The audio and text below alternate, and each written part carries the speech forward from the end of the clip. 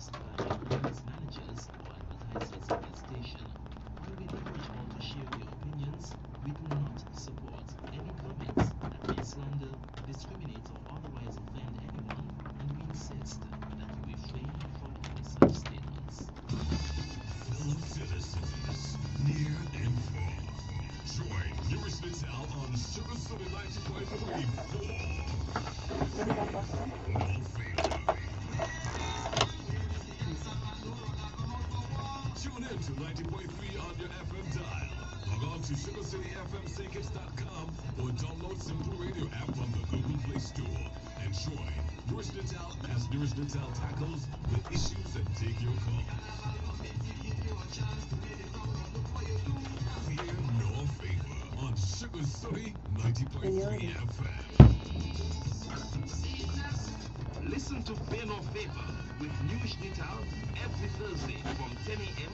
to 12 noon, exclusively on Sugar City. From 10 a.m. to 12 noon? That's the wrong thing playing. It's 8 p.m. to 10 p.m. When you're ready. When you're ready.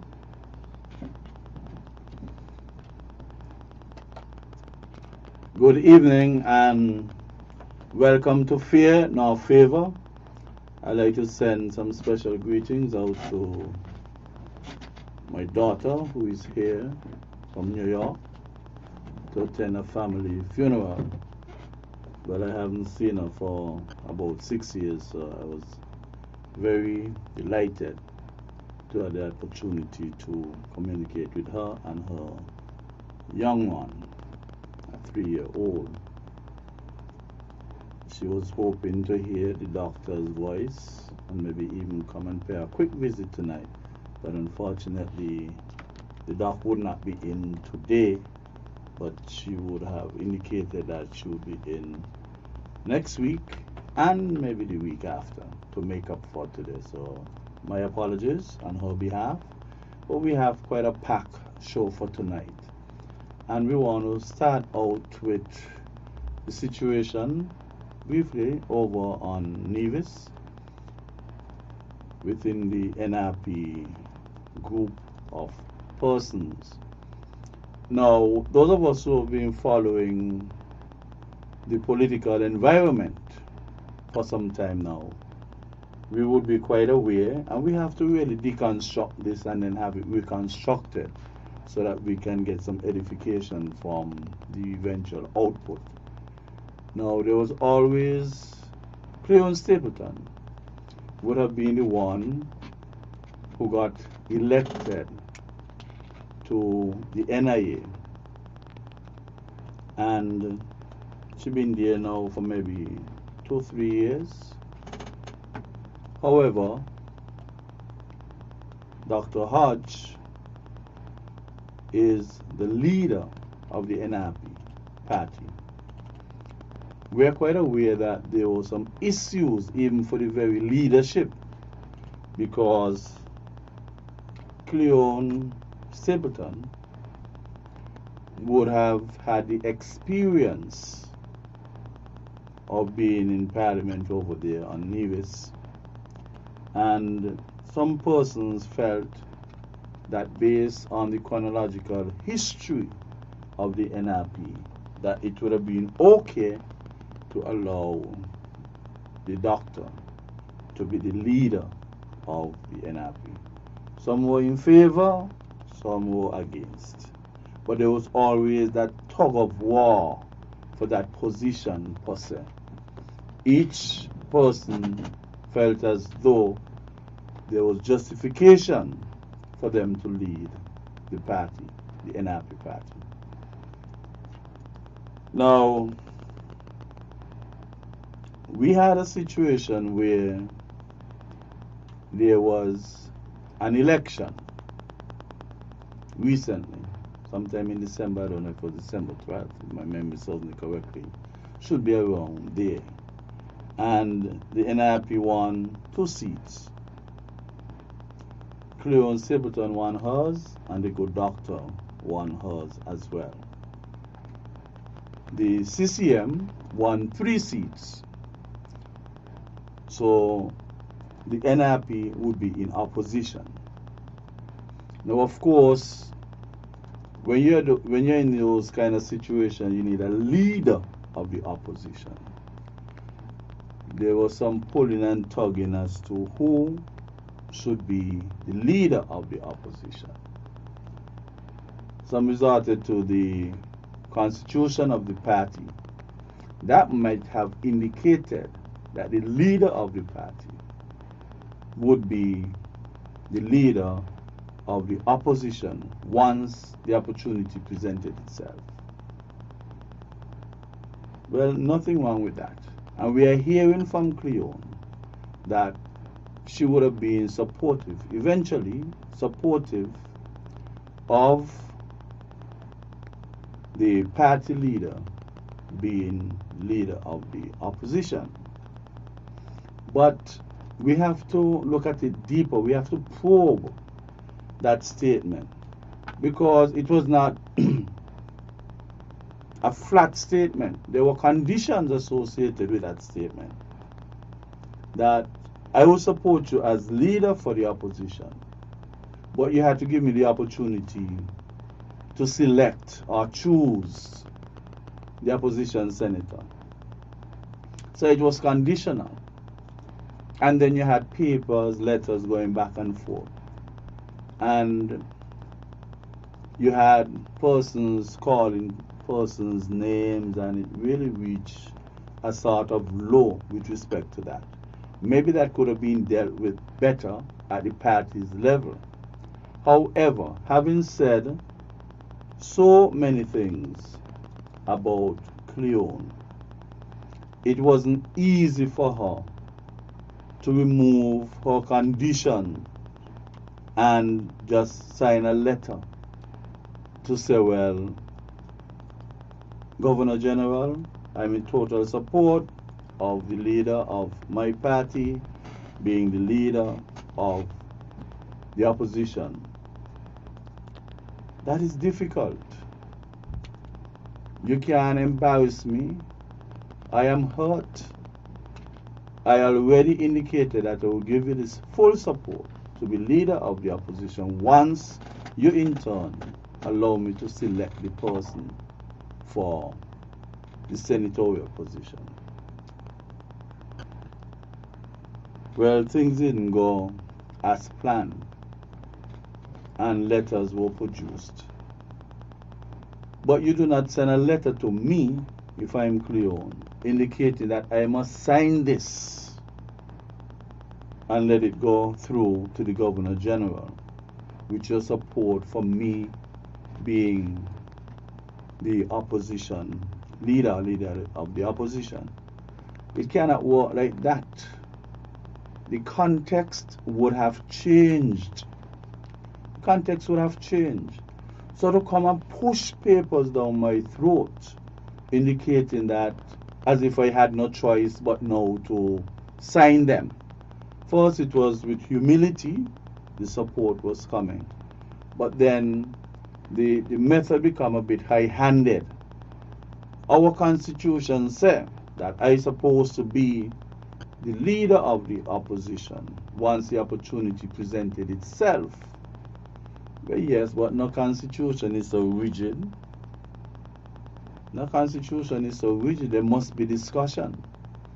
Any party that would have wording to that effect, to give absolute power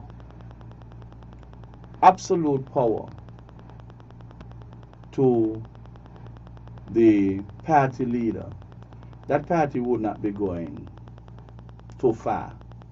You must be able to challenge. You must be able to make submissions, to justify certain positions. And even the leader, if you have justification in the resistance that is being offered, it must be embraced. You don't go and create factions so that to lend strength to your argument, because that would just lead to chaos.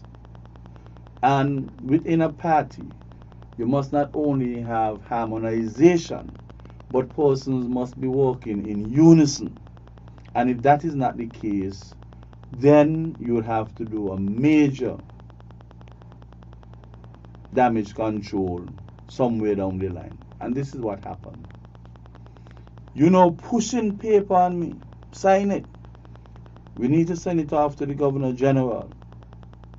No, it doesn't work like that. What about the conditions that I asked for? Whether expressly or in a subtle way. But I thought that that position was well expressed. You get to be leader of the opposition, and based on my support for you, yes, our constitution said, NRP constitution said whatever it had to say. But this is now a realistic position now, where some yielding would have to take place. And my conditions were not upheld, and therefore the previous statement, the parent statement that would have induced my support got distorted, because I couldn't continue along that path. That trajectory couldn't continue, not without my getting the opportunity to select the senator.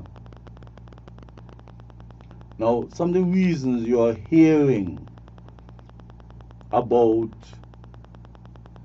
selecting a particular person for the senator position, those are very questionable reasons, and one would have to be careful, especially since those two persons were never seen eye to eye. Like the eyes just cannot make four. There would always have to be some compromise. And so it was. You want Mr. X to be the senator. I want Mr. Y to be the senator.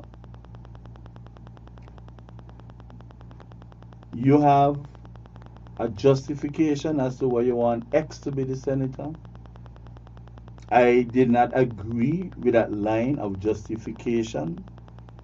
So therefore, your selection and your reason for your selection could not have been substantiated, at least fairly.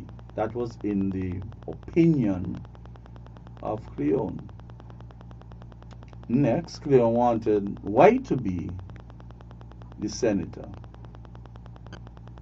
for reasons that she was confident that this person was a strong NRP supporter,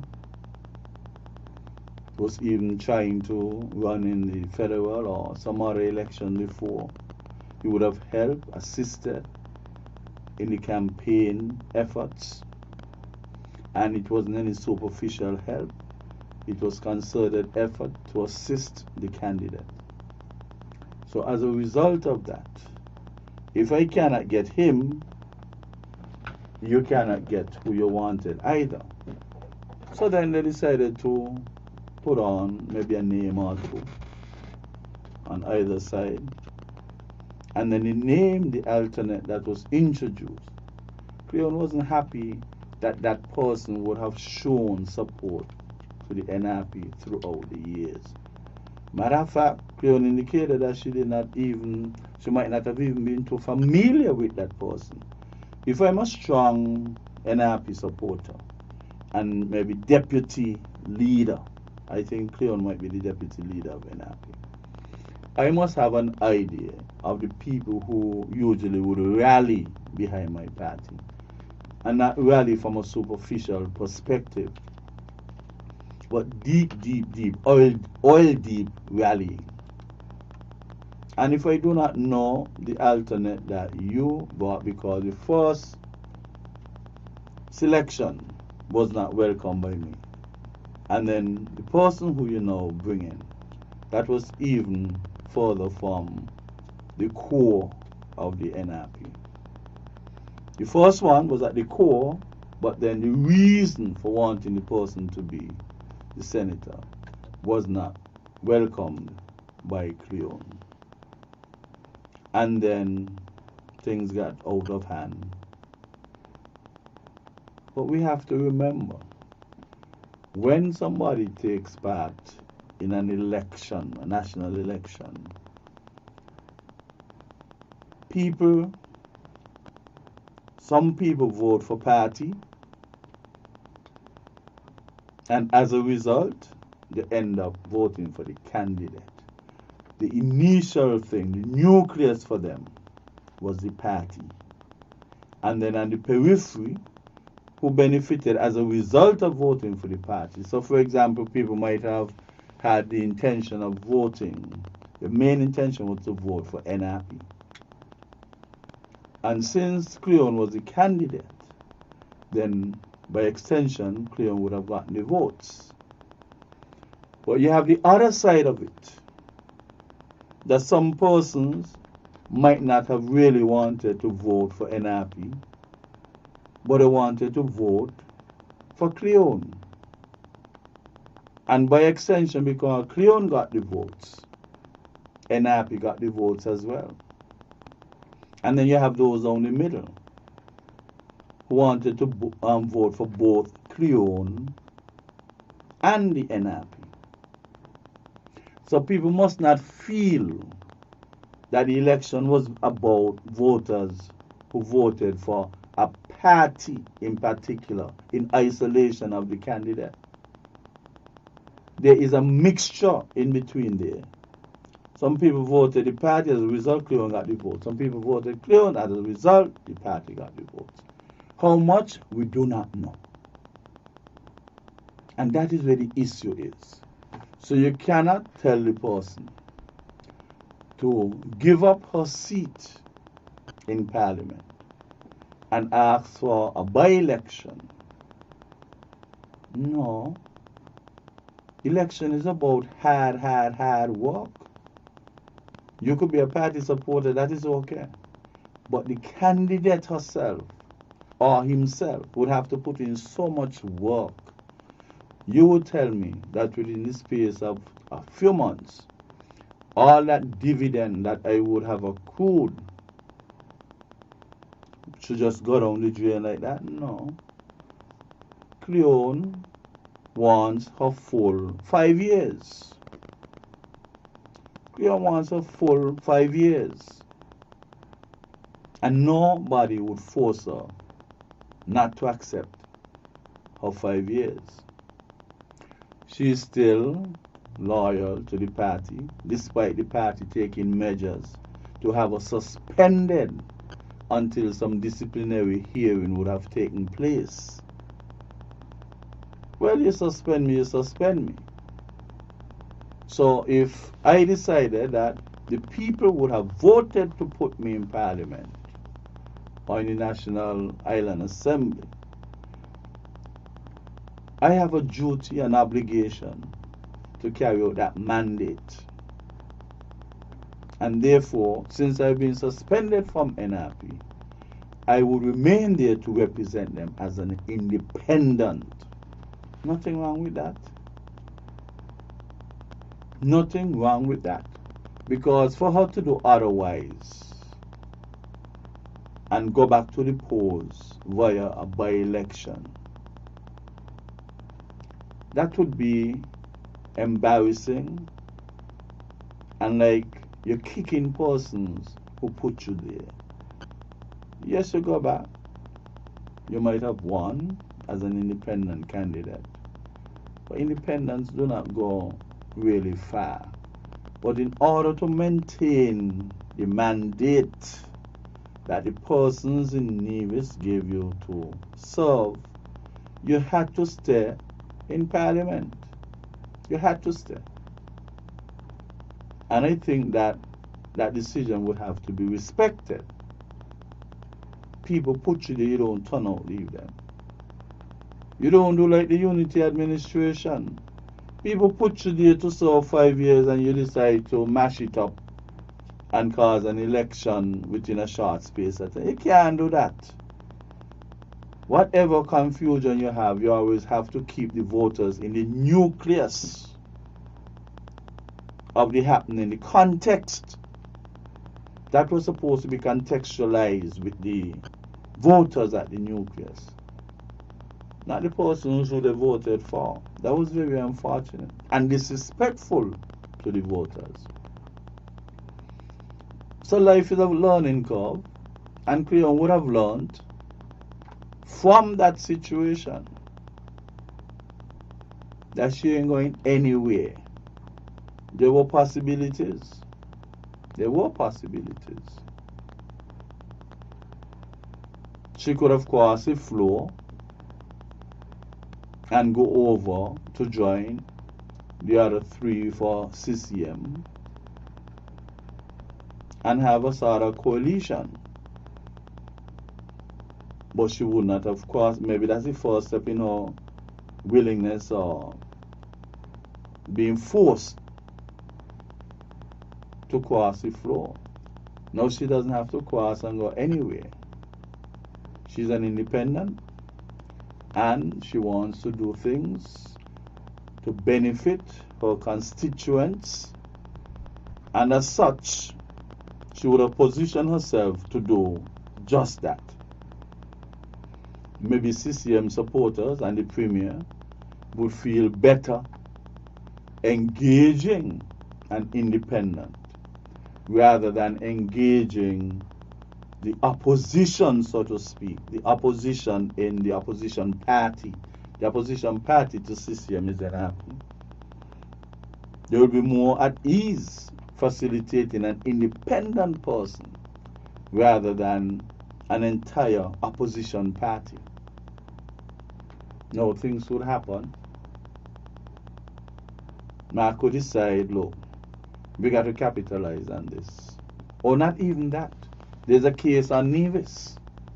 Let us suppose we're working on this supposition, this hypothetical situation, where the judge decided that they must go back to the polls because of overwhelming inconsistencies. They go back to the polls by election, and NRP was able to pull back a seat. So now NRP would have 2 seats, CCM would have 2 seats, and independent would have 1 seat.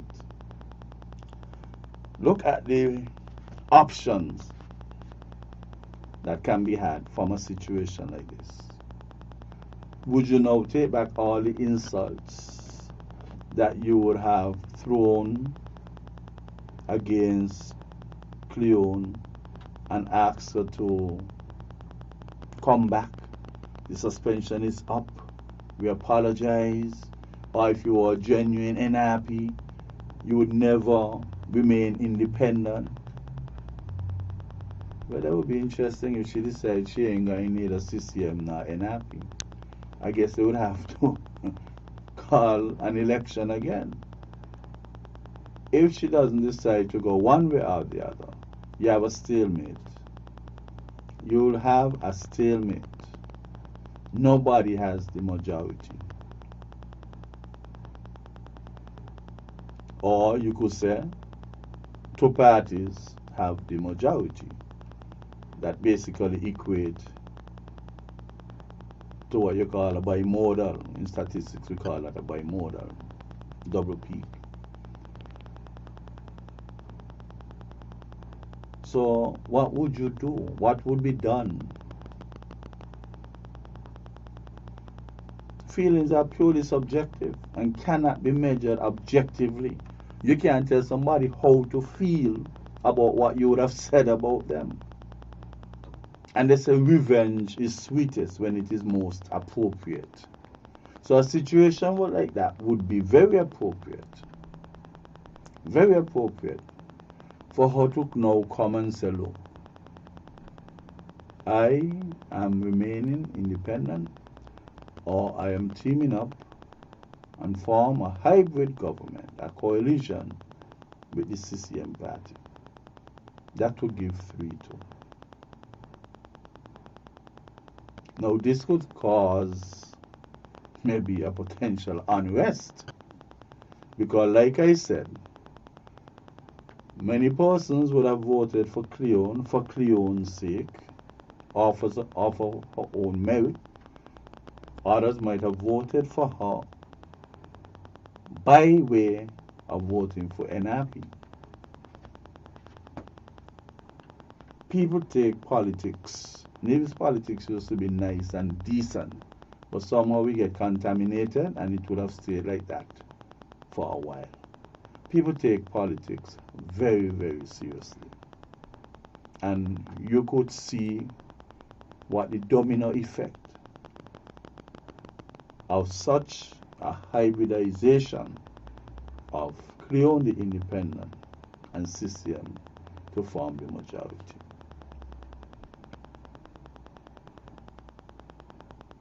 Because if you don't want me now, to the extent that you suspend me, you're going to take disciplinary action. Why would you want me later on? Am I not the same person?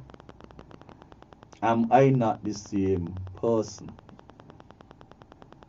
Because there and then, if she joins up with CCM, after the by-election, if that happens, you have two persons in opposition, and since the other NRP person would be in favor of the leader of the party becoming the leader of the opposition, that would be smooth sailing. The other person might be in favor of having the leader of the party, the leader of the opposition, and the leader of the party, let me put it that way, choose the opposition senator. Those things can happen. But you see, there's a fear barrier currently. Money is involved, and there is a phobia, an underlying phobia, and that underlying current is what's driving the whole thing. Because you can put some possibilities. You can go to your, not even permutation, you can go to your combinations. Let us suppose Cleone decided that the good doctor would be given the opportunity to choose the opposition senator. Then the opposition senator and the leader of the opposition can behave in such a way to dilute the significance of Cleone, or to dilute the importance of Cleone to substantial insignificance.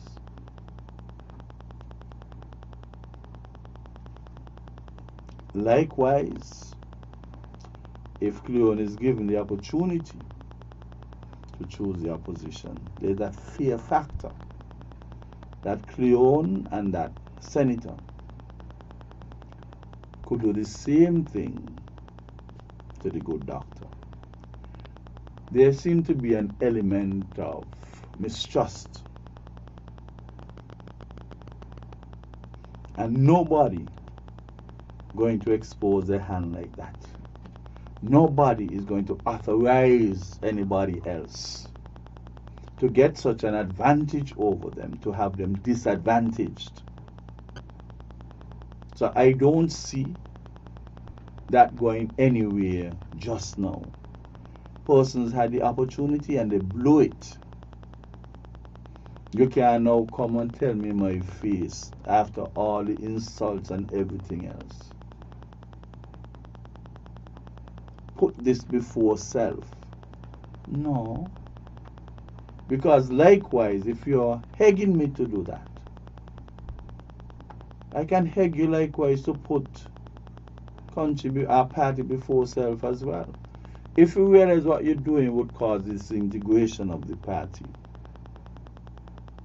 and you continue with that trajectory and eventually effectuate the disintegration of the party, that would mean that you put self before party, not because you're the leader. And maybe the same thing might be said about Cleone. So where is the middle?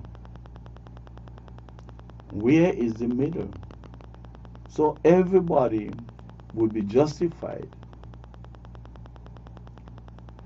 in being wary of that phobia.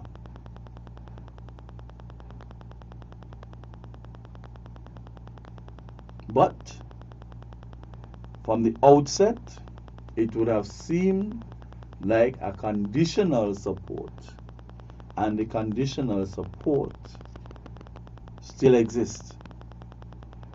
So you take leadership of the opposition, give me the opportunity to choose the senator. I try to find out how much they normally would pay a senator, because you see, loyalty and support is not free. There's always payback. Something got to be in it for me. You scratch my back, I scratch yours. I've been loyal to the party, I've been working with the party, I've been doing this, I've been doing that. I need some dividend. So, just like how the good doctor would have suggested somebody paying it, that person would be getting a salary. Likewise, Cleone is suggesting somebody and paying it, so that person would be getting a salary. Let us suppose the senator position was a voluntary position, you volunteer.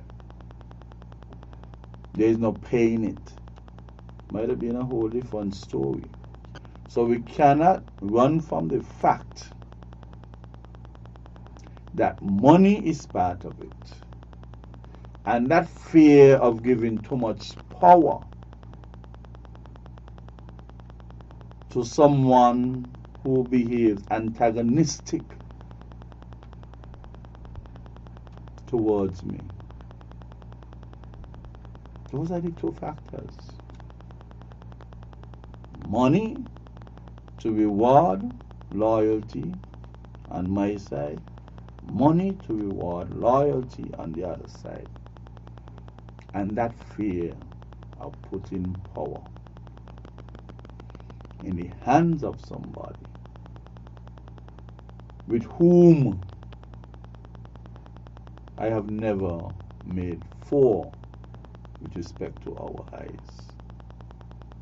Our eyes have never made for. It's not easy to resolve. And those who are really hammering Cleone, I think it's rather unfortunate. Very, very, very unfortunate. Because if you were to consider everything, Cleone has the trump card. Cleone is a lawyer. She's not going to let anybody bully her. She has the trump card and she knows it.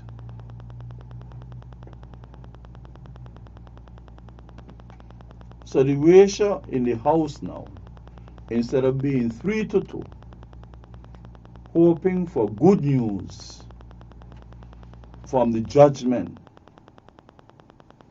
of the trial, the ratio is now 3-1-1. 3 for CCM, 1 for Cleone, 1 for NRP. Basically, Cleone would have indicated, it doesn't take any rocket scientist to understand that Cleone is now in that house as an independent.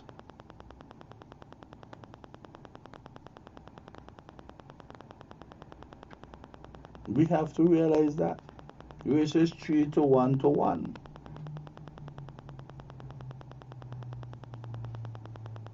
And if you divide 100 by 5, because 3 plus 1 is 4 plus 1 is 5, and you divide the 100 by 5, you get 20. So Cleone has 20%, NRP has 20%, and CCM has 60%. So the ratio would have changed. The ratio would have changed. The ratio was a 60-40, 3-2, 60% to 40%. And depending on what the court would have had to say, and the subsequent outcome thereafter,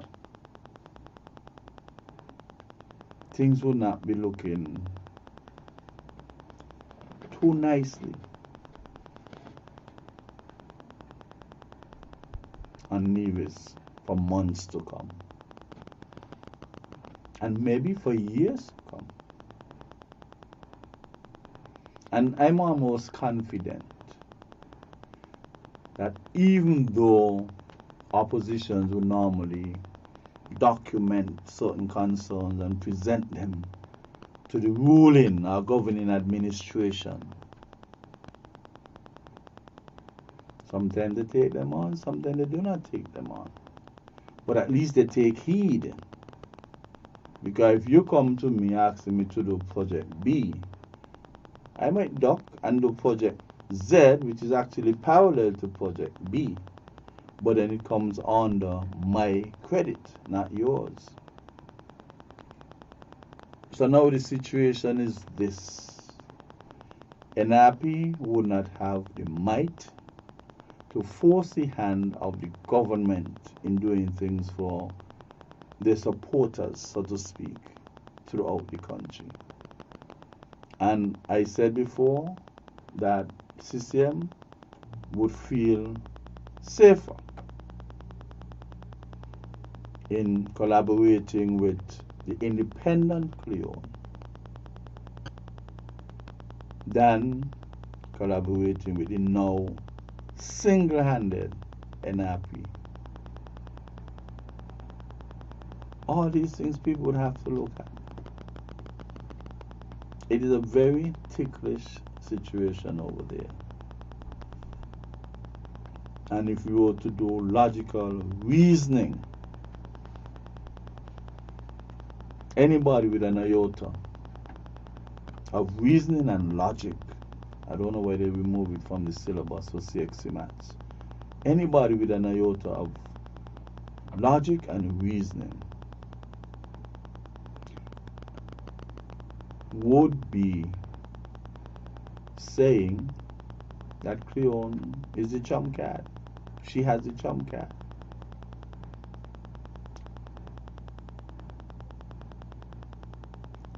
And I think her advisors,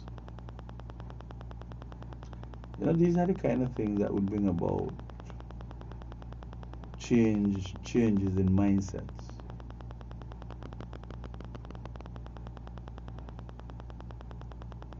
Some people might not be happy, but it can make a party stronger.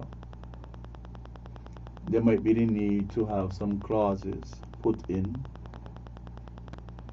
Any piece of law would have wrangling room.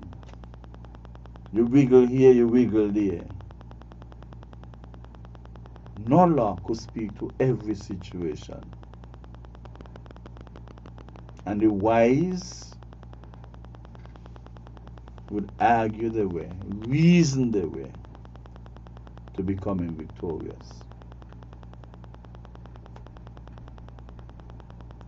We would hope that the situation in Nevis is resolved.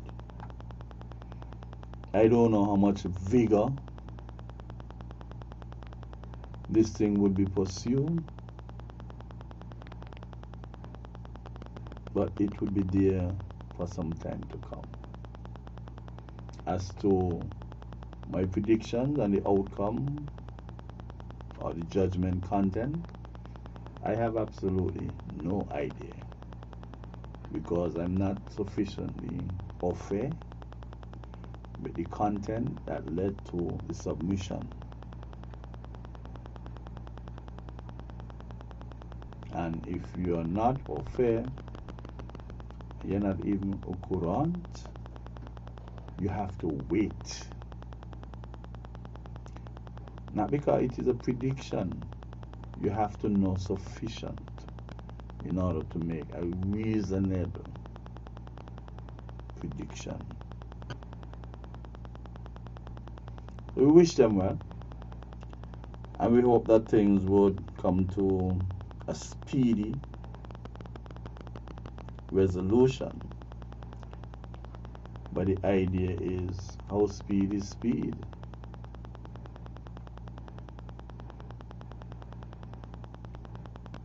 We wish our sister island well. For the past several 2 years, several months, with the people of the Federation would have witnessed some events that would force us to think more or rethink things. Once you are learning, because life is a learning curve, once you are learning, challenges should not be unwelcome. Let us take a break. Acknowledge nobody. But let us take a break and come back.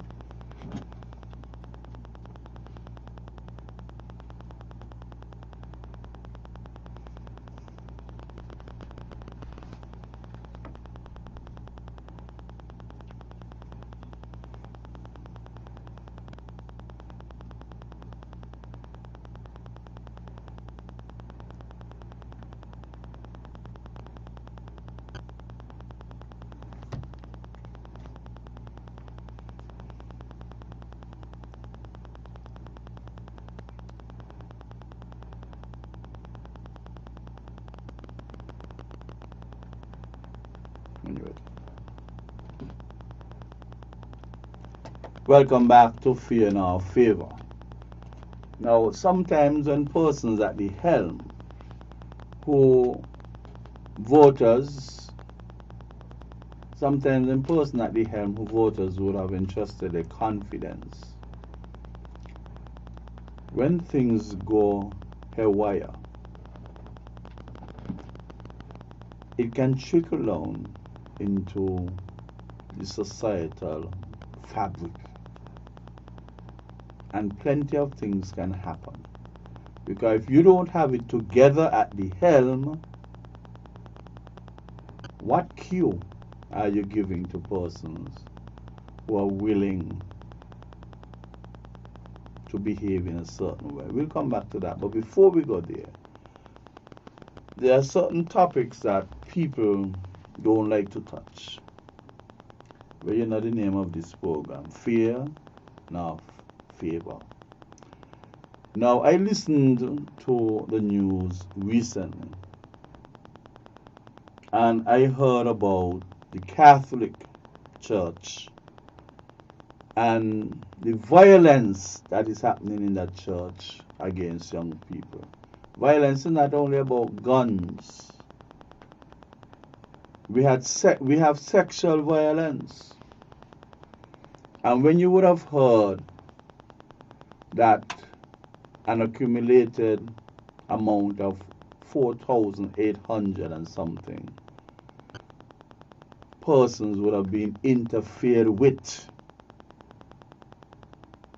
by leaders of churches, this is unbelievable.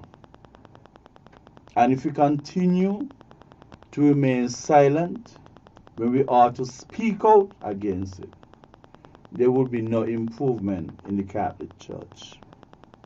The Catholic Church would have paid out millions of dollars to compensate persons who were molested, sexually molested. And it is not getting any better. The authorities indicated that they are only counting those who came forward. But what about those who do not want to come forward and would have to live with this trauma? What about those? I personally believe, and this is my opinion, that the Catholic Church needs to clean up its act. They need to have a time out. and make up their minds what they are going to do. Because before time, they interfered and molested males. The recent report would have pointed out that now it is a combination of males and females. If you know that you have persons in position as priests or whatever name is attached to them in a parallel fashion, and the celibacy that they're supposed to be embracing is too overwhelming for them, the church would have to dig deeper, because this is a lot of persons being molested. You have to dig deeper and look at your policies. Don't care how long standing they are, and see if you don't have to make some changes. Allow the people them to get married. Allow them to enjoy their conjugal pleasures.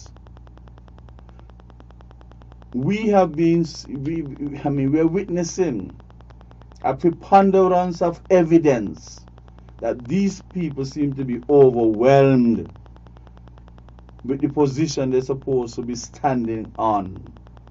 And yet we maintain that policy, embarrassing the church more and more and more.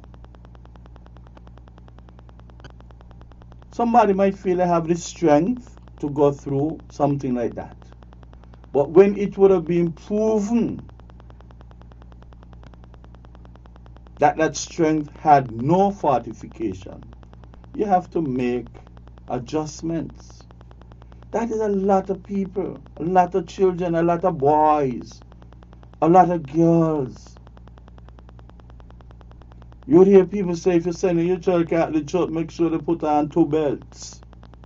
How that sound for a church? Why put on 2 belts? You know what the insinuation is. And whether it is happening more predominantly in places other than some others, I think that generally the Catholic Church needs to do something about the societal ill that is being perpetrated on boys and girls. They can't hope that it will get better. They have to make a concerted, a calculated effort to adjust this. Adjust it and have it adjusted. I can recall reading some news, one priest did something, and the law enforcement wanted to come down on them. And the leader of the church basically said that that would not be possible because they would have dealt with the priest already. I don't know who is above the law of a land. And maybe if they had allowed law enforcement to deal with those persons who violated and sexually molested our children, it would not have reached so far. They had many opportunities to nip it in the bud. They had many opportunities to punish the perpetrators. They're like aiding and abetting.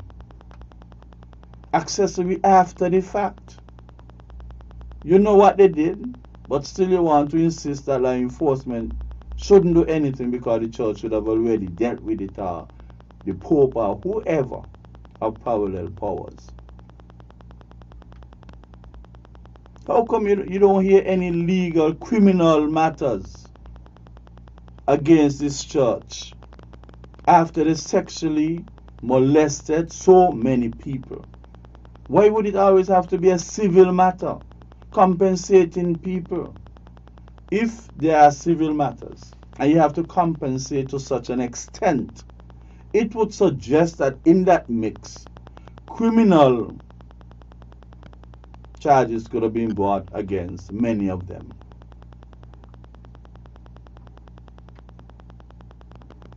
And then when the church is charged vicariously to be liable and they have to pay the compensation, the church could be running low on funds. We have a situation here in St. Kitts where the convent school, they are at issues with some part-time teachers. You have matters before lawyers right now. I mean, when I saw the letter, over $1,200. Imagine a Catholic school. You have legal communication in respect to just over $1,200. After it paid some million in compensation for the sexual molestation of children, you can find $1,200 to pay a teacher, a part-time teacher as you call her. You could have saved that money and paid her 10 times that. Look what it trickled down to. An inability to pay a part-time teacher who had to seek legal advice and had to write to the school for compensation of services she provided. I mean, where that should happen. So you could see all that thing at the helm with all that spending in civil matters, trickling down to the very school in our little federation. And you know what is bad about that? Because of this issue with paying somebody to whom money might be due to, you terminated the individual. Over $1,200. Big Catholic school, big Catholic institution. Over $1,200. And in order to compensate for that, we are taking one of our teachers, well, I heard was two, from the Washington Archibald High School to come to the convent high school to teach in that space. That void would have been left from the person you terminated. Now, I feel like that is very unfair to the students at Washington Archibald High. That should have never happened. Because when a teacher has free time or free period that we call them, those free periods are supposed to be designed to help the weaker students. You're supposed to set up a timetable to help those who are not doing so well, performing below average. Now, if you're going to use that time that you should be spending with those weaker students and journey down to the convent high to fill the void that was left, that can't be fair to the Washington Archibald High School students. And nobody should be in support of that. Nobody should be in support of that. So the Washington Archibald High School students are being shortchanged. Shortchanged. Free period mean that you're free to go where you want. Free period mean that you construct a timetable to help the weaker students. So now that opportunity would have gone through the door, because they now have to journey down to the convent high school, a private school. A private school. Government is paying that teacher for the free periods that she has, because they know that the free period should be organized in such a way that they look out for the weaker one. And I believe the authorities at Convent High, they owe an apology to those students who are being shortchanged, and I think that it should be corrected forthwith. You can't do that. Yes, we want every child to be helped, but why are you getting a full month's pay to look after a set of students, shortchange them, and then travel to a private institution to be paid as well? If you're being paid, And even if you're not being paid and you're just volunteer, you cannot shortchange the people who form the main area of your employment. That can't happen. That shouldn't happen. And anybody who facilitating that is selfish. They have to have had some vested interest in that to allow something like that to be occurring to the poor children at Washi. We call in the authorities to have that they're corrected. Nothing wrong if you go down there Sunday or Saturday or Friday after school or even any day in the week after school. But even if you do that too, you might be burning out yourself and cannot give of your best when you're supposed to be at Washington Archibald High. That is why school is from 8:30 to 3:30. You get a chance to go home and recuperate. You might even have books to mark. The question is now whether or not those children are getting reasonable feedback as to their performances.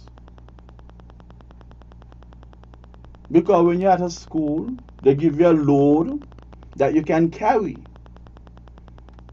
And you can make your assessment, carry your evaluation, and give the students them feedback so that they can benefit. And that is why you have a limited number of periods per day, per week. And if you're going to be sending that message to the government, that where you have me doing X hours and that should be the maximum. But then in the same breath, you're adding on a few more to that maximum. So you're basically telling them that the maximum that you are experiencing ought to be extended. Because obviously you can go more than X number of hours. Now somebody might say it's only for a short period of time. This is exam time around the corner. And as a result of that, we got to start dotting our I's and crossing our T's to make sure that the syllabus would be completed. The students are amply tested and getting back appropriate feedback so that they can do their best. But what about those who might need some more guidance in the SBAs? When you take up government time for which you are paid and go to a private institution and ignore the nucleus of what you were employed for, to go on the periphery to place your energy, that can't be fair. That can't be fair. And those of us who know better, we should do better.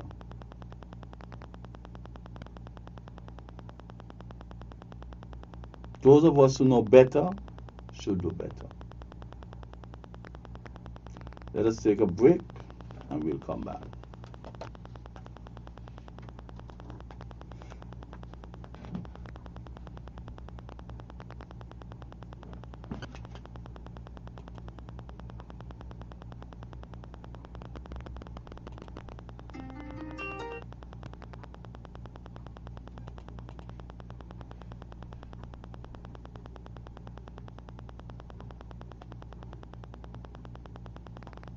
Nourish Natal every Thursday night from 8 to 10 p.m. as Nourish Natal tackles the issues and take your call. Fear nor favor every Thursday night from 8 to 10 p.m. on Sugar City 90.3 FM.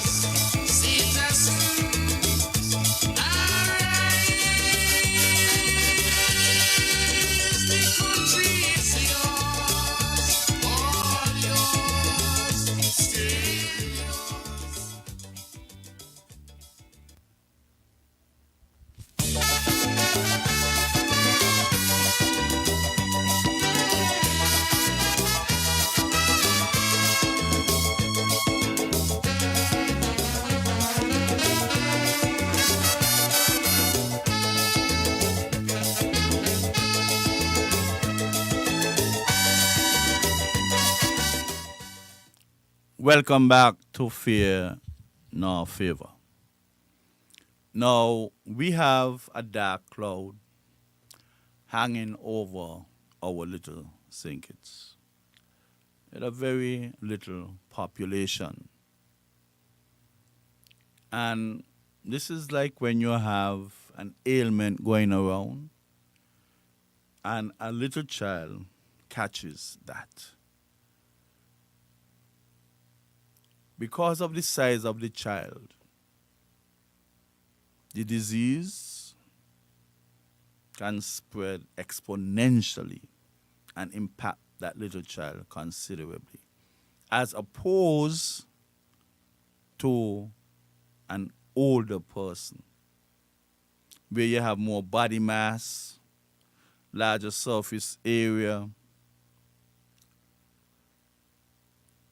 They would at least not be impacted as much as a child. Our St. Kitts is like a child.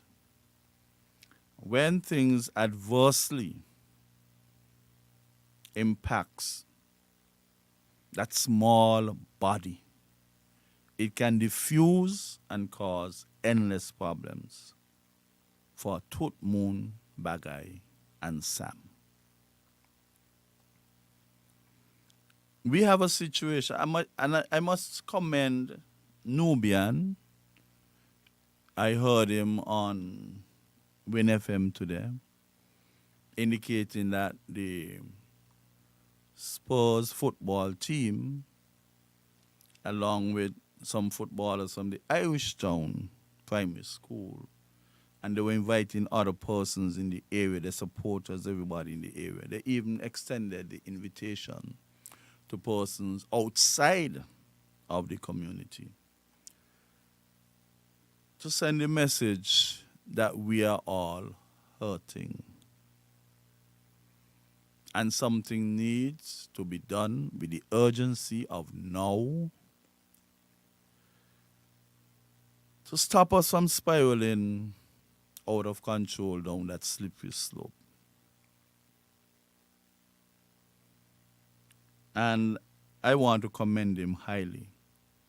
I also heard the Honorable Marsha Henderson made an appeal as well. And she too must be commended. I heard the Deputy Prime Minister and now acting Prime Minister made a very sensitive and special appeal, but robust, to the same effect. All of them had the same common denominator. We cannot afford to allow some happenings. We might want to call them spike, but if a spike happens too often, then it becomes a trend. We cannot afford to enter that particular realm. It cannot do our country well. It cannot do our country any good. There are a lot of ramifications if we ever to go back down that path. And sometimes it hurts because we would have done so much, but yet have so much more to do. We would have done so much as a country, but yet have so much more to do. We would have had some gains, and we cannot afford. The pathway there was rough and rugged. We could not get to the top of the hill, but we got to something we call a plateau.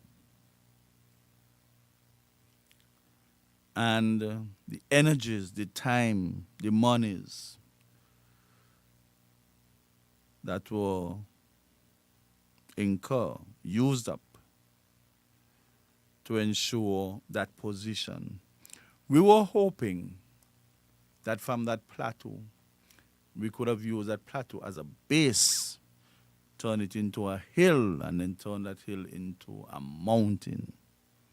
However, there seems to be a trajectory to corrode the edges of that plateau and remove the texture from the structure that was built.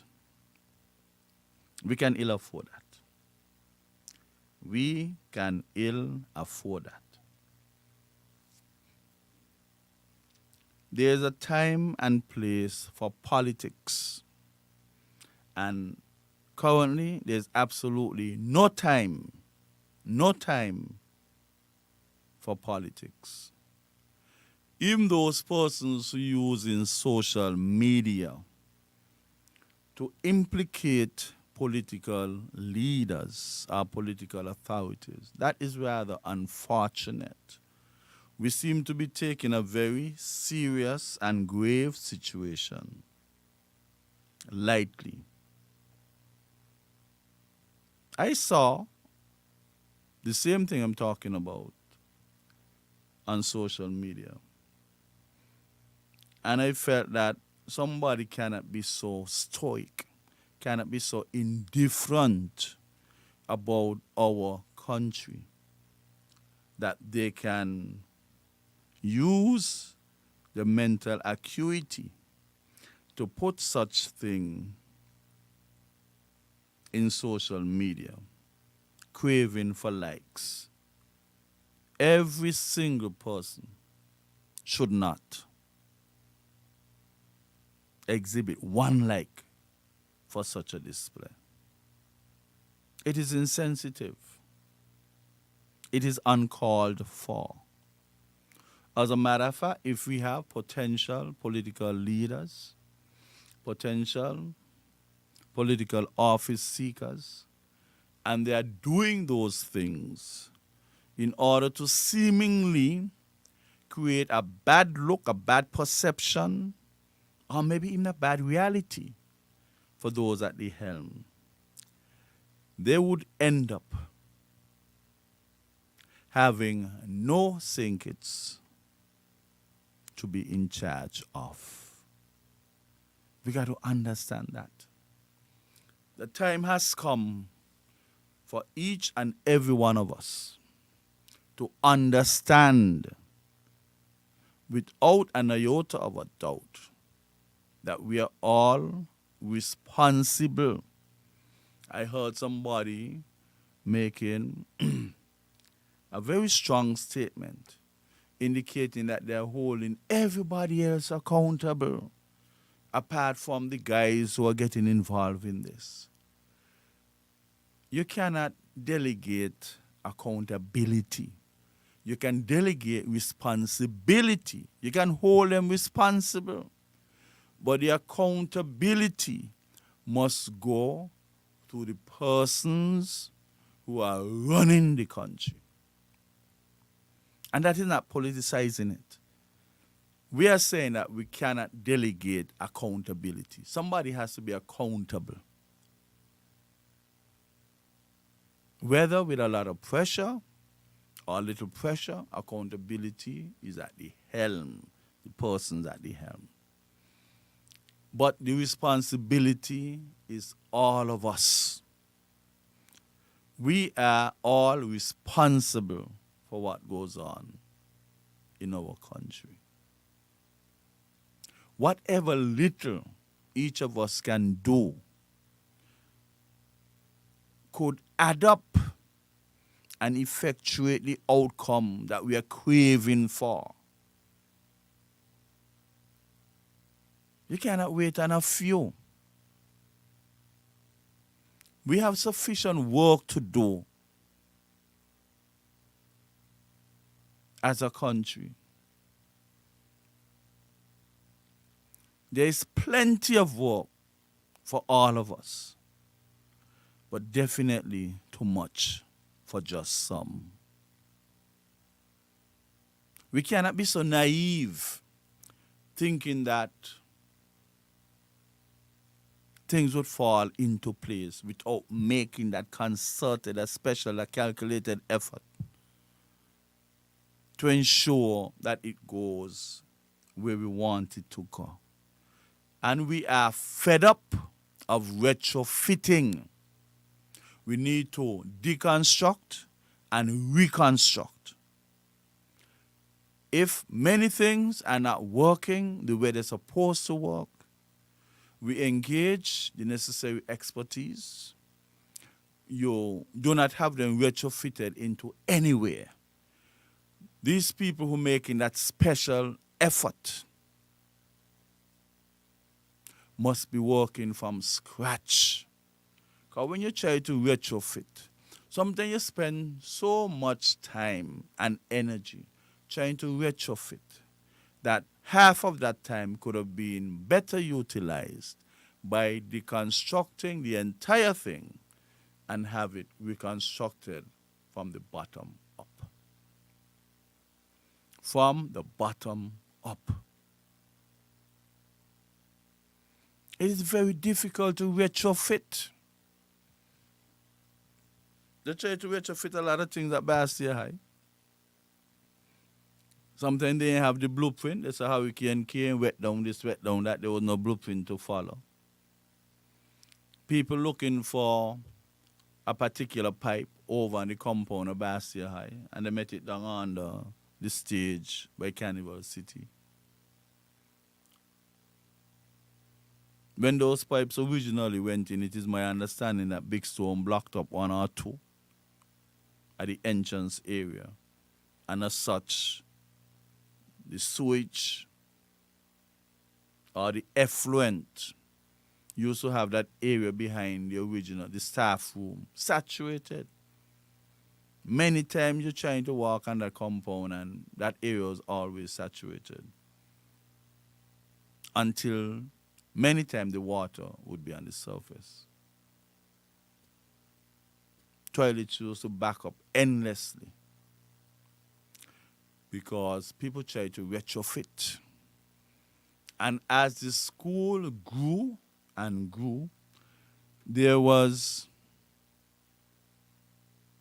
the necessity of changing the width of the pipes to make them wider, because you had a larger population utilizing the facilities at the compound. But we retrofitted. This situation we now have that we are trying to retrofit, I would like to advise the authorities, no retrofitting should take place.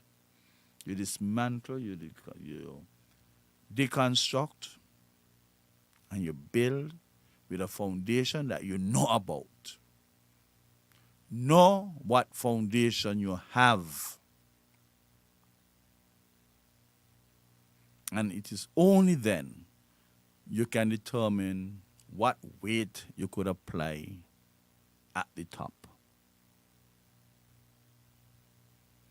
You can't stand there and you're putting on. I've known of persons who build houses and the roof was far too heavy for the house. And that happened because you did not quite understand what foundation you had. You had a structure, but structure is not all. You must know the texture of the structure for you to know what you can put on the foundation. But if you do not know, we cannot guess. We have to know.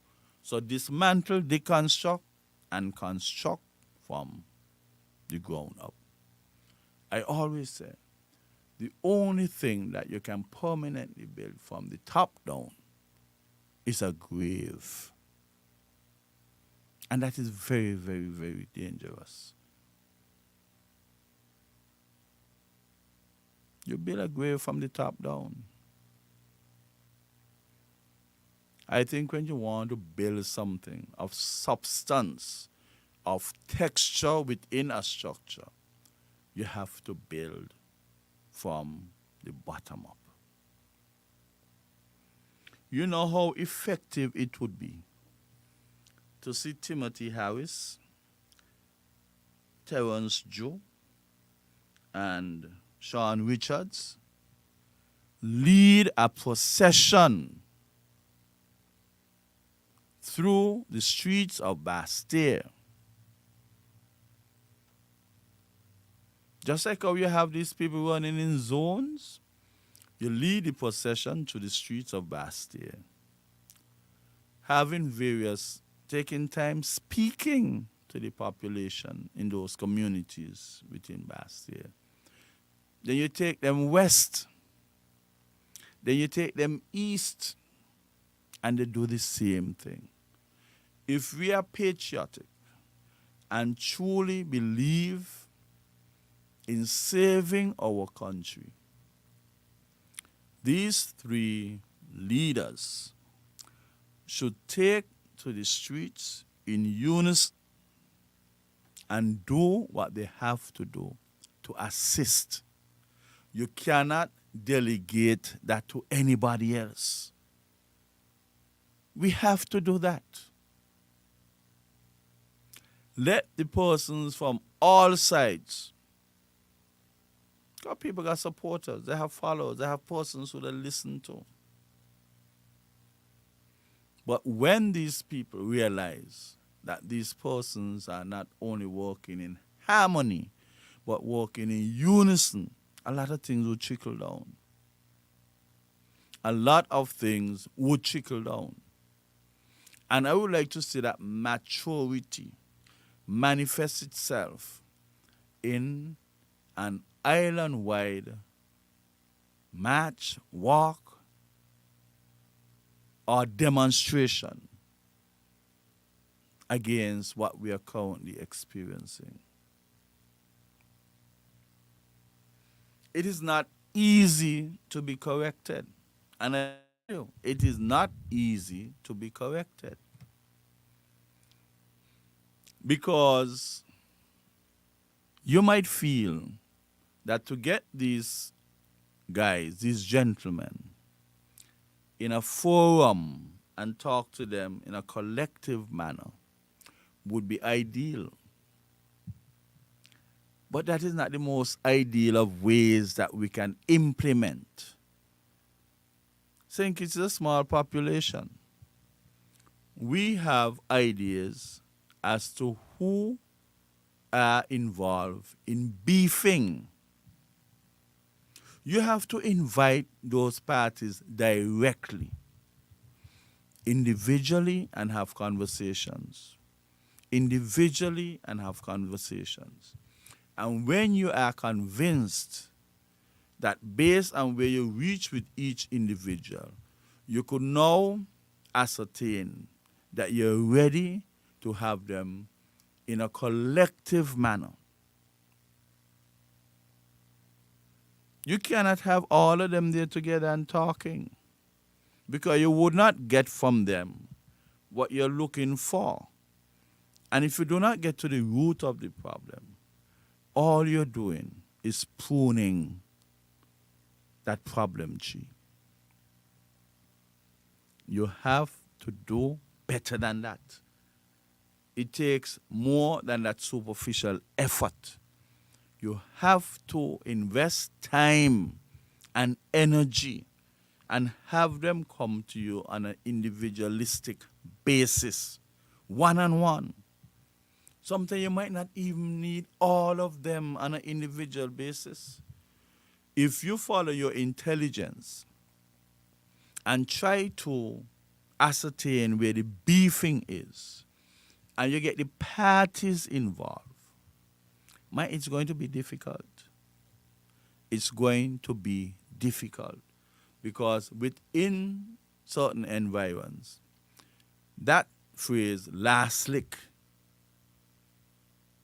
is a deterring factor in trying to bring closure. But we are all human beings. You could ask somebody to forgive, but what are you doing to ensure that they forget as well? If there are unpleasant thoughts permeating the minds of individuals, and you do not get those unpleasant thoughts replaced with more pleasant ones, they would forever contaminate the effort. The mindset would not be structured to facilitate the output that you crave so much for. We have to be deeper than that. We have to be oil deep. We have to be oil deep. You can't have a meeting and decide 800 or 1,000 of them showed up and feel it was a success. You need to pinpoint. People are being paid to provide intelligence. Each government would have such persons. You pick up information, you get to understand it is between A, B, C, D, and F, and you try to engage. The person would have to be willing to facilitate your suggestion. So it takes a heck of an effort to materialize that. You have to cultivate that willingness. Unless you'll talk and talk and talk. And don't care how potent or powerful your speeches may be. If that willingness is not simultaneously nurtured, that potent speech would be non-effective. We have to do this together. You have to teach people or massage into them some coping skills. You have to understand that these gentlemen were once at war. You have to understand that some people would still remain loyal to the original crew and would be holding on secrets and would never let them go. You have to understand that some persons might shift. Some persons' conscience might start to play on their minds, and they might disclose because we have an environment of quote-unquote peace. So some people feel like it is safe to inform somebody about things that would have happened in the past. But when you inform that person about things that would have adversely impacted them in the past, you have to ensure simultaneously that they have the coping skills to deal with that new piece of information. There are ways to do it. It is difficult.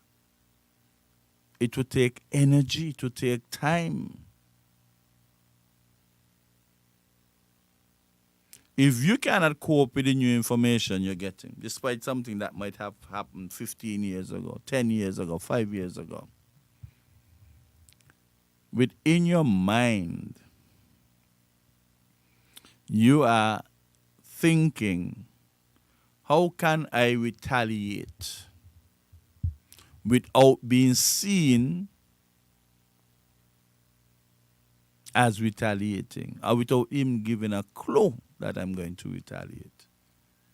You have to work on the people's mind. If the mind is not structured and textured to facilitate adverse information, then we are going to become, our efforts are going to become circular. We have to do some deep, deep thinking. We have to work with them. And I don't even want to use work with them because we don't want to develop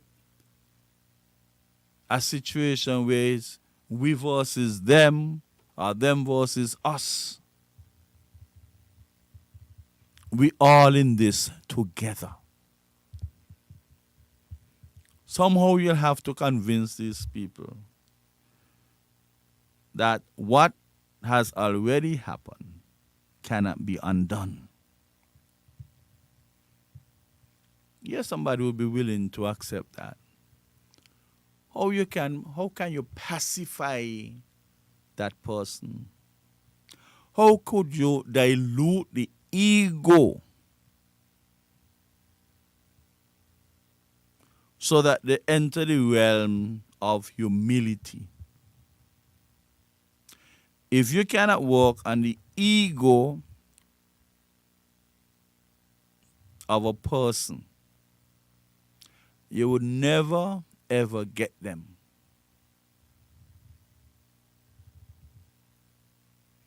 To forgive. Because once you're going to remember, but you are not structured to forgive, then that would create a problem.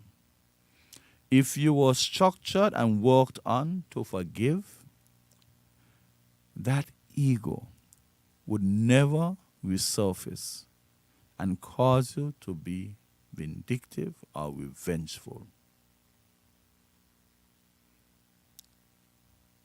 What already gone cannot be undone.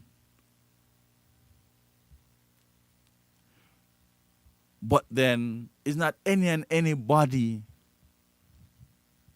can go and say these things to these gentlemen. And we have to understand that.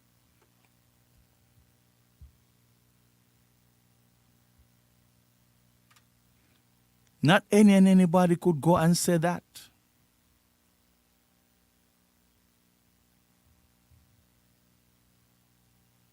Because some people would feel that the ego is being challenged.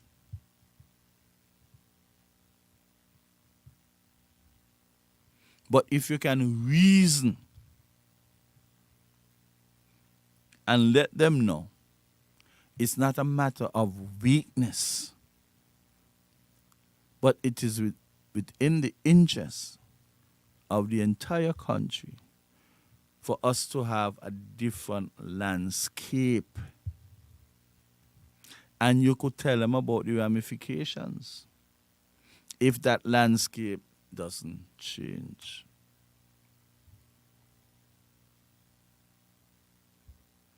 You see that big music festival, sellout crowds at music festival.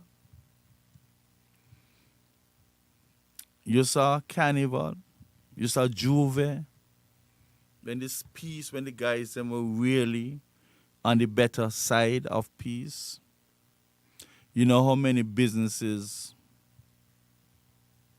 were doing well? You know how many of those same guys started businesses?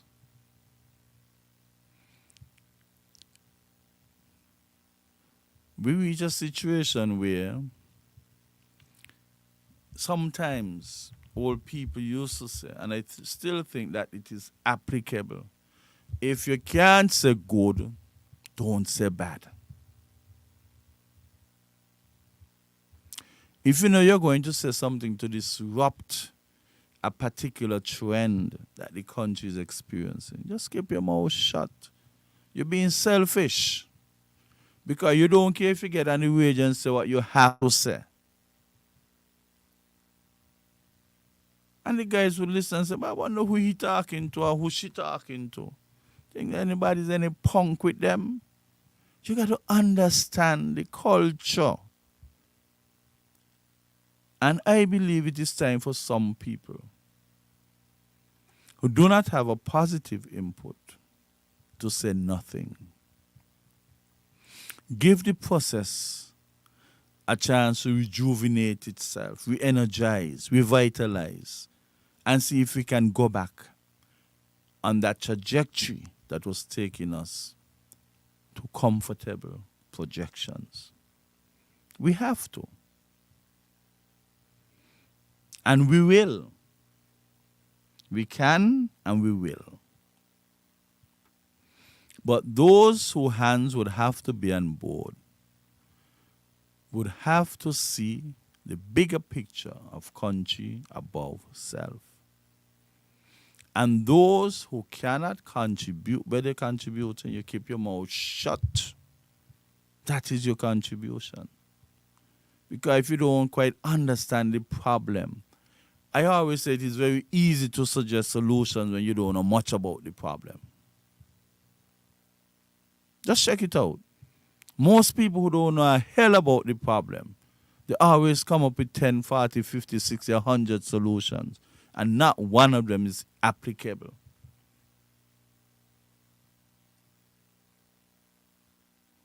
It's easy to suggest solutions when you do not know much about the problem.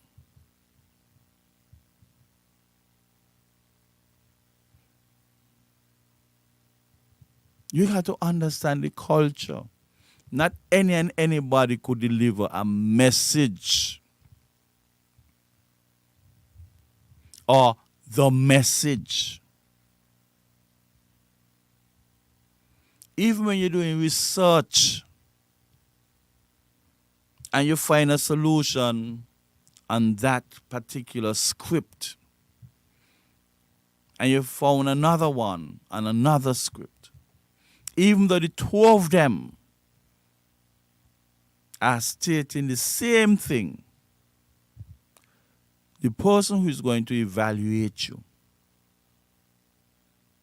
is going to ask whether or not that information from that author was peer reviewed.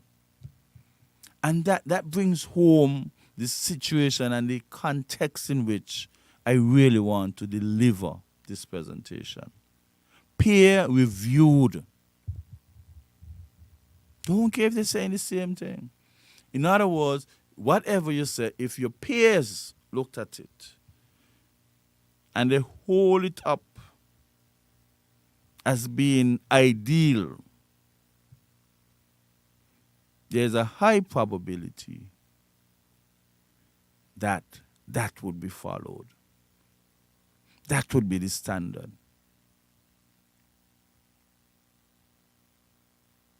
So it is not what is said. At times it is who is saying it.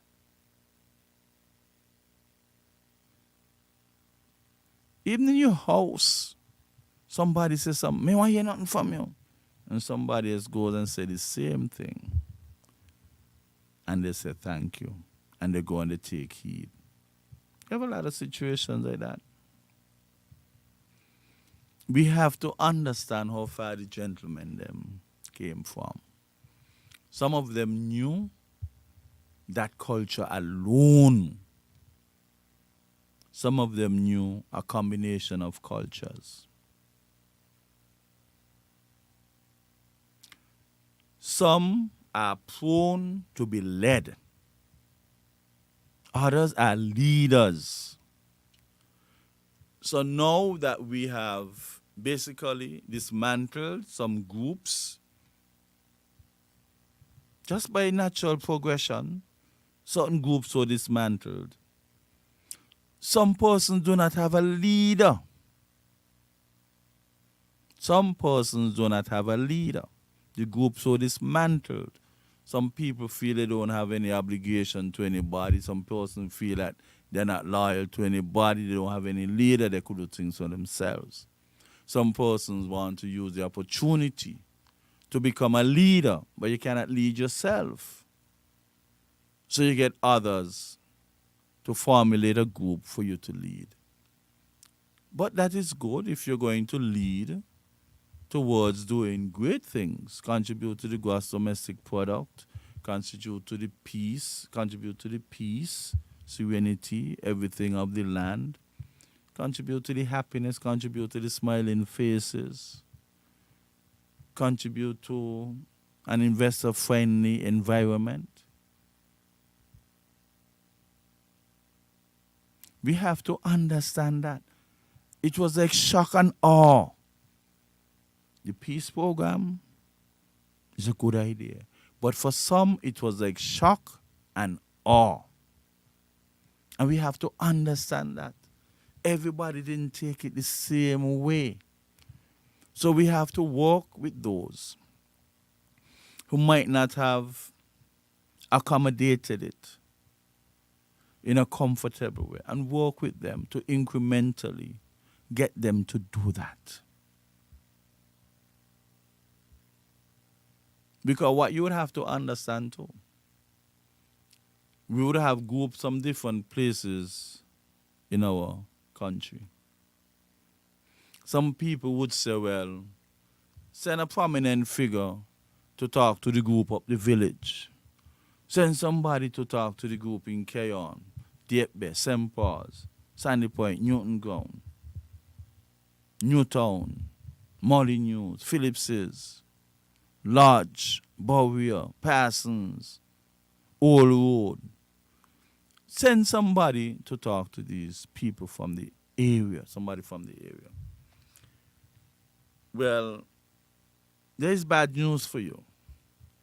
Because even though originally persons might have grouped up within a particular community, that no longer exists, and that no longer exists for a long, long time. That culture would have outgrown that perception or that reality. It is possible for you to have persons in the village better getting on with persons in St. Paul's. I'm Cotton going in Nevis. So you can go Nevis to talk to Group A. I mean, you can go village to talk to Group A. Because Group A got persons from various communities. That is how it would have changed. That is how that culture would have transformed the groups. I could remember, because I was the chairman of the Peace Committee, I could remember I was supposed to have a show here with about 5 of them, and then 2 of them came and apologized for the other 3 who were missing. And the 3 who were missing, they were from the Bastille area and the eastern side of the country. And you know what the reason was? They went to St. Paul's to bring about some peace that was necessary for potential turbulence that would have been had in the St. Paul's area. See, they didn't come from St. Paul's, but they left Bastille and the eastern side to travel all the way to the west to appease the minds of persons who were involved in a confrontation. So it is no longer this community and that community. You have a lot of hybridization taking place of the group members. So it's not as easy as you think. I think a lot more. We have done a lot, but there's still a lot more to be done. We need to start having some more experts so that their expertise can be utilized. We were the admiration of many. Persons were actually asking for the blueprint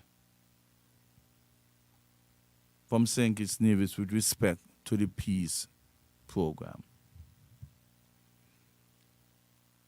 We maybe could have done more above the shoulders of these young men. All of us are responsible for what is taking place right now. All of us. And we have to make our individual contribution, positive contribution. You see, sometimes when you're trying to build and your neighbor pass certain comments, from the very ground level up to however high you go up, enmity would have been created very early in the neighborhood. And I'm saying that to say this. Efforts were made to assist those gentlemen.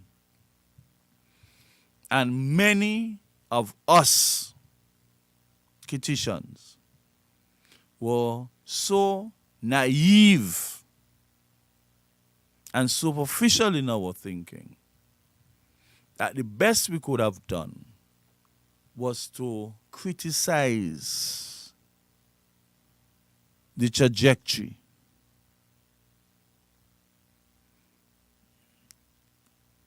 Not being visionary enough to even see the output in the making. But we said most and many things to either hurt the gentlemen during the time that they were producing their best effort. Not everybody, no system is perfect, but you had a great number of them who were producing their best efforts. And instead of we try to massage them into continuing on that pathway, we try to bully them off of that pathway. So why if you spend some money to make them comfortable? You ask them to stop killing each other. And they decided they had enough of that. So they wanted to give the peace a try. Well, if you have persons like that who wanted to give the peace a try, and you had whatever administration, whether the Timothy administration, the Douglas administration, the Joe administration, whoever at that convenient time could have facilitated that and did not do it, they would have dropped the ball.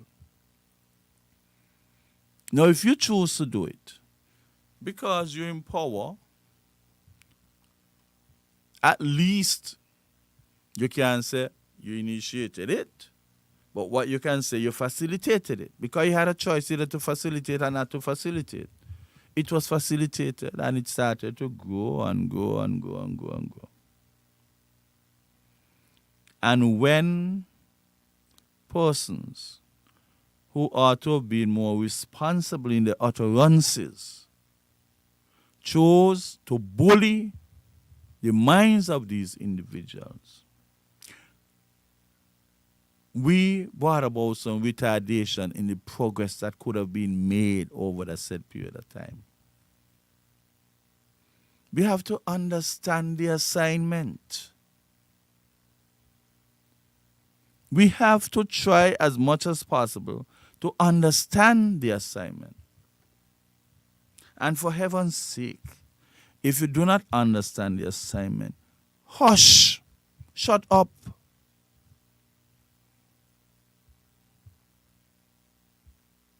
But some people were very calculating, and the intention was to do just that. Just that. Then how would people feel who would have made such inroads into getting these guys from harmonization to unison? How would they feel that you're making that slope steeper and steeper for whatever selfish reason? Had we all been behind this, we would have reached further. But we have an opportunity again. We have an opportunity again.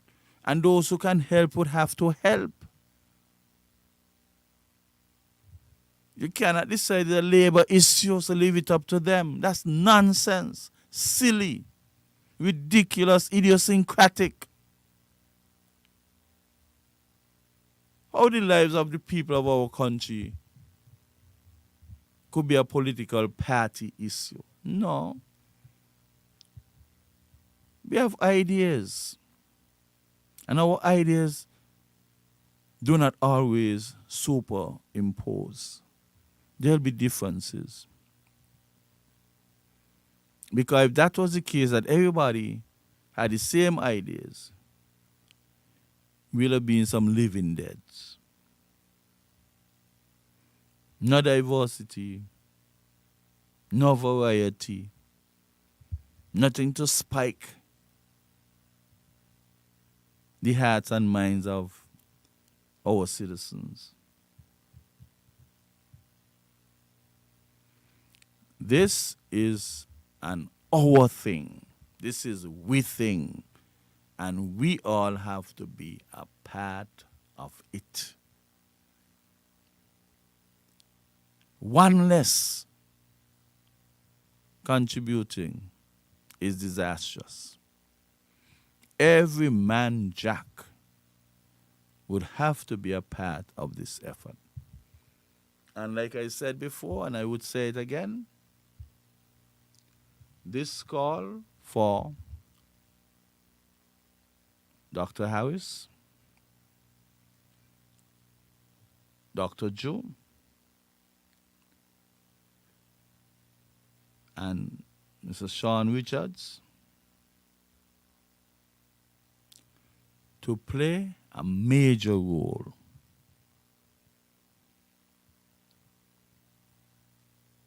in trying to bring about this 180. I would even go as far as to say Dr. Simmons and Dr. Douglas. I would like to see that combined effort.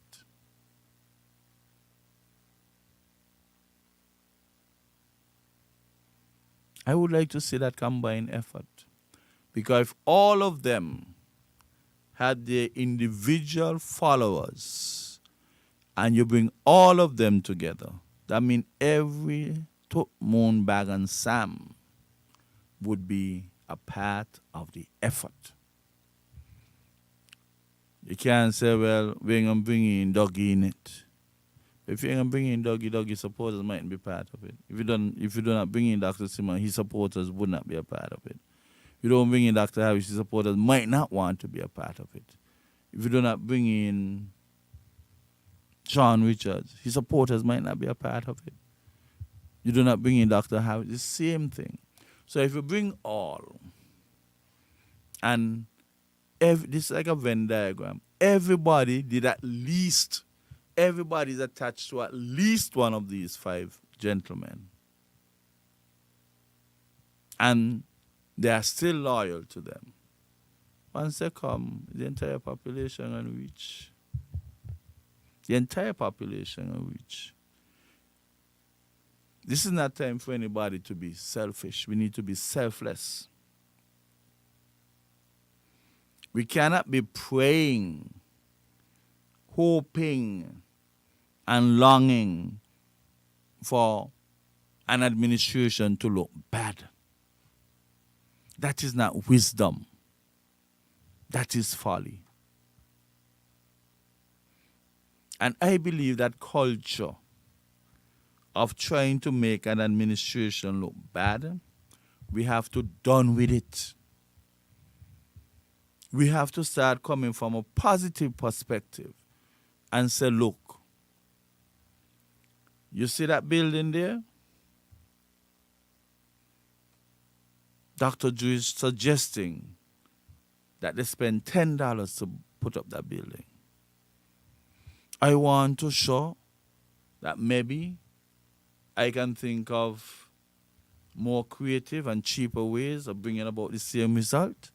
So if Dr. Drew says he can spend $10, I'm not sure he could spend $8.50. Once you can produce the said quantity with the same quality, then people look at and say, yeah, this is same thing, same quantity, same quality. So therefore, it seems as if this person with the $8.50 would be better for our children and our people. But don't say you could do it for $8.50 and the quality is not there. You cannot afford to sacrifice quality in what we are delivering to taxpayers and voters. And my big message is that you cannot build a country without the support of everybody. Because whatever little deviation you get would eat into the texture of that structure that is that country that you're trying to build. And if anybody is deliberately going to do that, they cannot genuinely be acquisition.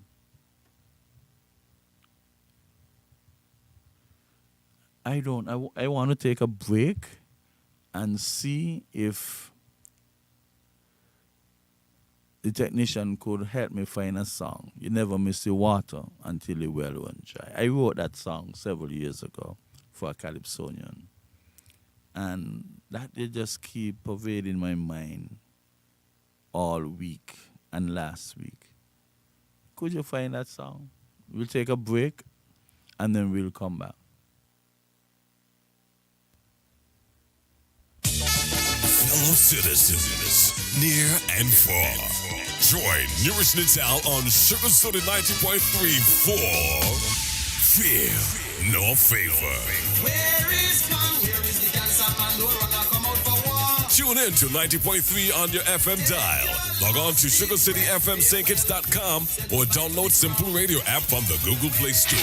And join Nourish Natal every Thursday night from 8 to 10 p.m. as Nourish Natal tackles the issues and take your call. Fear No Favor every Thursday night from 8 to 10 p.m. on Sugar City 90.3 FM.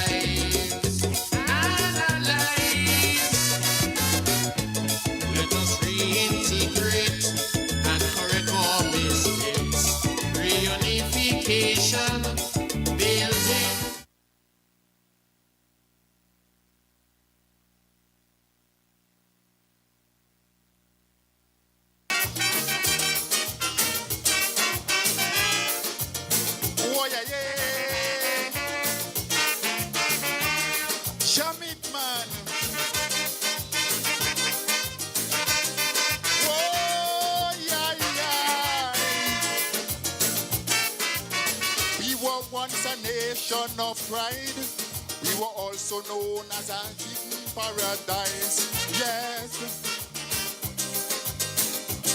Now a dark, cloudy shadow in our nation.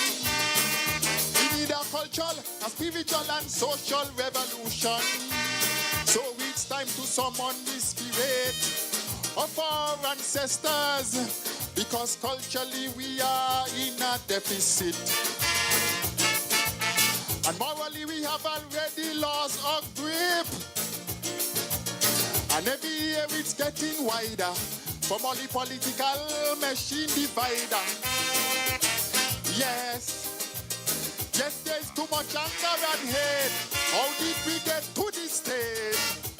The value of human life, what was wrong has now become right. We have devoted to animalistic mentality. It's time we cleanse this country and bring back our dignity. I said to put down the guns, put down the knives, stop taking your brother's life. Because an eye for an eye only leaves a blind society. So where do we go in darkness? Cause we only stumbling about. But if we make the right choices, there's a light for us to get out. I say put down the guns and give up your hit and let's turn this ship around. We have it in our history to overcome adversity. This is the awesome navigator. Your colleague Sonia, an educator, Jamit man.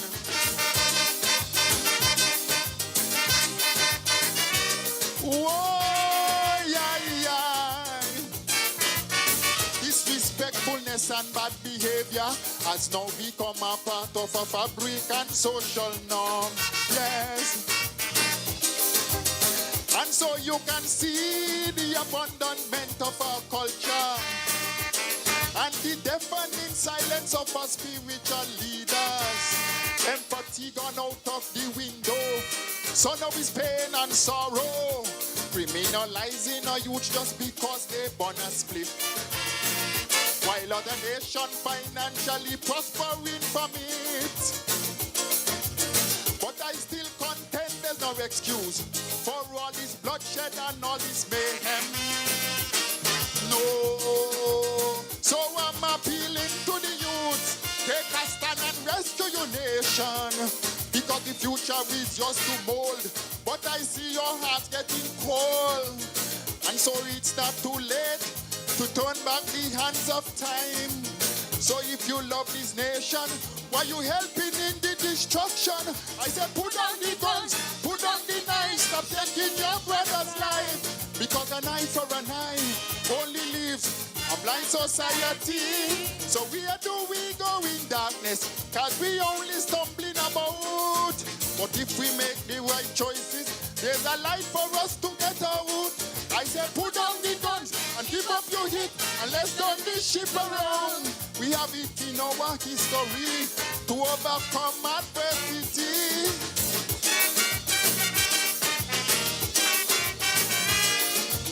Oh yeah. Bring it again.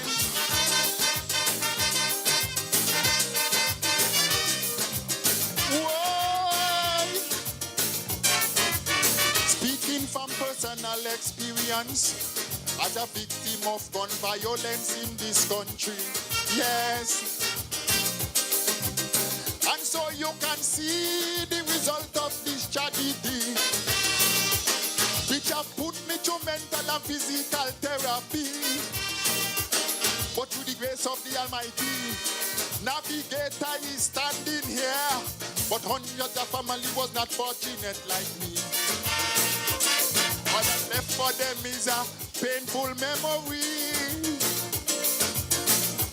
So please hear my cry, all you God-fearing people of this nation. Oh yes.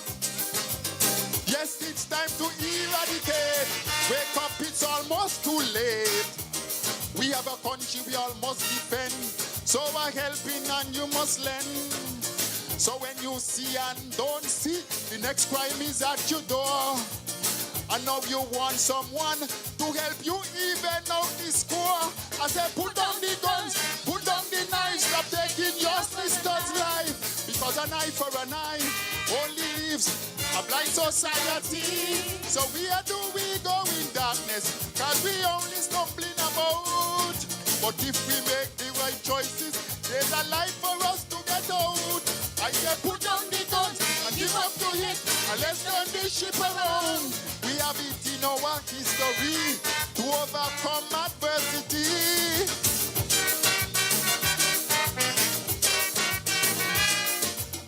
Oh yeah, yeah. Jam it, man.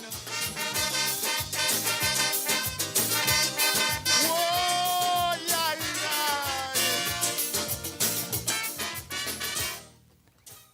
Yeah, that's a very good note to end on.